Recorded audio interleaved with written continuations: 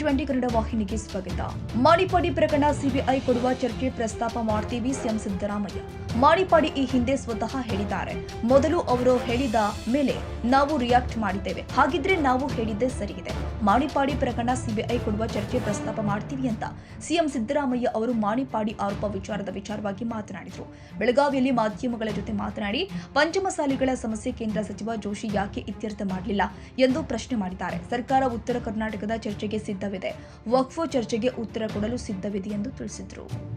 ತೀರ್ಮಾನ ಆಗಿರೋದು ಸೋಮವಾರ, ಮಂಗಳವಾರ, ಬುಧವಾರ 3 ದಿನ ಉತ್ತರ ಕರ್ನಾಟಕದ ಬಗ್ಗೆ ಚರ್ಚೆ ಮಾಡಬೇಕು ಅಂತ. ಅವರು ಯಾವ ಸಬ್ಜೆಕ್ಟ್ ರೈಸ್ ಮಾಡ್ತಾರೆ ಅಂತ ಹೇಳೋಕ್ಕಾಗಲ್ಲ. ವಿರೋಧ ಪಕ್ಷದವರು ವಕ್ಫ್ ಬಗ್ಗೆ ಇನ್ನೂ ಉತ್ತರ ಕೊಟ್ಟಿಲ್ಲ ಸರ್ಕಾರದಿಂದ, ಮತ್ತು ಅದು ಚರ್ಚೆನೂ ಮುಗ್ದಿಲ್ಲ. ಅದು ಅದನ್ನು ತಗೋತಾರೋ ಇಲ್ಲ ಉತ್ತರ ಕರ್ನಾಟಕ ತಗೋತಾರೋ ಗೊತ್ತಿಲ್ಲ ನನಗೆ. ಗೌರ್ಮೆಂಟ್ ಈಸ್ ರೆಡಿ, ಉತ್ತರ ಕರ್ನಾಟಕ ಚರ್ಚೆಗೂ ರೆಡಿ ಇದೆ, ಉತ್ತರ ಕೊಡೋಕ್ಕೂ ರೆಡಿ ಇದೆ. ಸರ್, ಮಾಣಿಪಾಡಿ ವಿರುದ್ಧ ಏನು ಆರೋಪ ಮಾಡಿದ್ರೆ ಅದು ನಮ್ಮ ಸುಳ್ಳಿದೆ ಅಂತೇಳಿ ಸ್ವತಃ ಮಾಣಿಪಾಡಿ ಅವರೇ ಹೇಳುವಂಥದ್ದು ಸರ್. ವಿಜೇಂದ್ರ ವಿರುದ್ಧ ಆರೋಪ ಮಾಡಿರೋದು ಸರ್. ಇಲ್ಲ ಇತ್ತಪ್ಪ, ಮಾಣಿಪಾಡಿನ ಸ್ವತಃ ಇದರಲ್ಲಿ ಹೇಳಿದಾರಲ್ಲ ಹಿಂದೆ.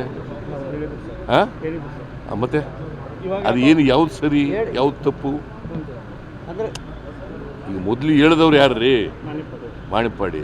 ಅದ್ರ ಮೇಲೆ ತಾನೇ ನಾವು ರಿಯಾಕ್ಟ್ ಮಾಡಿರೋದು. ಈಗ ಇಲ್ಲ ಅಂತಂದ್ರೆ ಏನು ಮಾಡ್ಬೇಕು ಹೇಳಿ ನೀವೇ?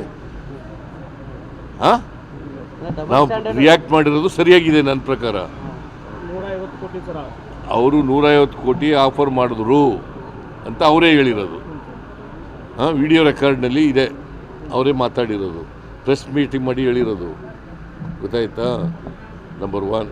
ನಂಬರ್ 2, ಈಗ ಇಲ್ಲ ಅಂತ ಹೇಳ್ತಾ ಇದ್ದಾರೆ ಆಫ್ಟರ್ ಮೆನಿ ಇಯರ್ಸ್.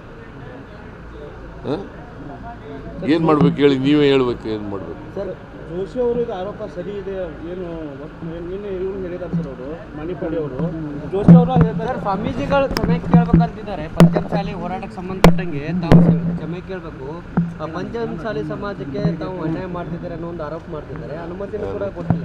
ಅವ್ರು ಯಾಕೆ ಮಾಡಲಿಲ್ಲ? ಜೋಶಿ ಇದ್ದಾಗ ಜೋಶಿ ಅವ್ರು ಯಾಕ್ರಿ ಮಾಡಲಿಲ್ಲ? ಜೋಶಿಯವ್ರು ಯಾಕೆ ಇತ್ಯರ್ಥ ಮಾಡಲಿಲ್ಲಪ್ಪ? ಯಾರು ಕ್ಷಮೆ ಕೇಳಬೇಕಾಗಿರೋರು? ಯಾರು ಇತ್ಯರ್ಥ ಮಾಡಲಿಲ್ಲ ಅವ್ರು ಕ್ಷಮೆ ಕೇಳ. ಇಲ್ಲಪ್ಪ, ಈಗ ಅವ್ರು ಹೇಳಿದ್ದಾರೆ, ನೋಡೋಣ. ಈಗ ಅದ್ರ ಪ್ರಸ್ತಾಪ ಚರ್ಚೆ ಮಾಡಬೇಕು. ಕನ್ನಡಿಗರ ಮೆಚ್ಚಿನ ನಿಮ್ಮ TV20 ಕನ್ನಡ ವಾಹಿನಿ ಇದೀಗ ಟಿವಿಯಲ್ಲಿ ಲಭ್ಯ. ಕರ್ನಾಟಕ ಮತ್ತು ದೇಶ ವಿದೇಶದ 360 ಡಿಗ್ರಿ ಸುದ್ದಿ ವಿವರವನ್ನ ಪಡೆಯುವುದಕ್ಕೆ TV20 ವಾಹಿನಿಯನ್ನು ಲೈಕ್ ಮಾಡಿ, ವಿಡಿಯೋಗಳನ್ನು ಶೇರ್ ಮಾಡಿ, ಕಮೆಂಟ್ ಮಾಡಿ, ಸಬ್ಸ್ಕ್ರೈಬ್ ಮಾಡಿ. HCN ಕೇಬಲ್ 842 ನಂಬರ್ನಲ್ಲಿ ಹುಕ್ಕೇರಿ ತಾಲೂಕು ಹಾಗೂ ಸಂಕೇಶ್ವರದ ಸುತ್ತಮುತ್ತಲಿನ ಹಳ್ಳಿಗಳಲ್ಲಿ ಲಭ್ಯ. PCN ಕೇಬಲ್ 129 ನಂಬರ್ನಲ್ಲಿ ಹಾರುಗೆರೆ ಸುತ್ತಮುತ್ತಲಿನ ಹಳ್ಳಿಗಳಲ್ಲಿ ಲಭ್ಯ. ರಾಯಬಾಗ್ ಡಿಜಿಟಲ್ ಚಾನೆಲ್ ಕೇಬಲ್ 80ನೇ ನಂಬರ್ನಲ್ಲಿ ರಾಯಬಾಗ ತಾಲೂಕಿನ ಸುತ್ತಮುತ್ತಲಿನ ಹಳ್ಳಿಗಳಲ್ಲಿ ಲಭ್ಯ. UDCN ಕೇಬಲ್ ನೆಟ್ವರ್ಕ್ ಉಗಾರ ಸುತ್ತಮುತ್ತಲಿನ ಹಳ್ಳಿಗಳಲ್ಲಿ ನಿಮ್ಮ TV20 ಕನ್ನಡ ವಾಹಿನಿಯೂ ಲಭ್ಯ.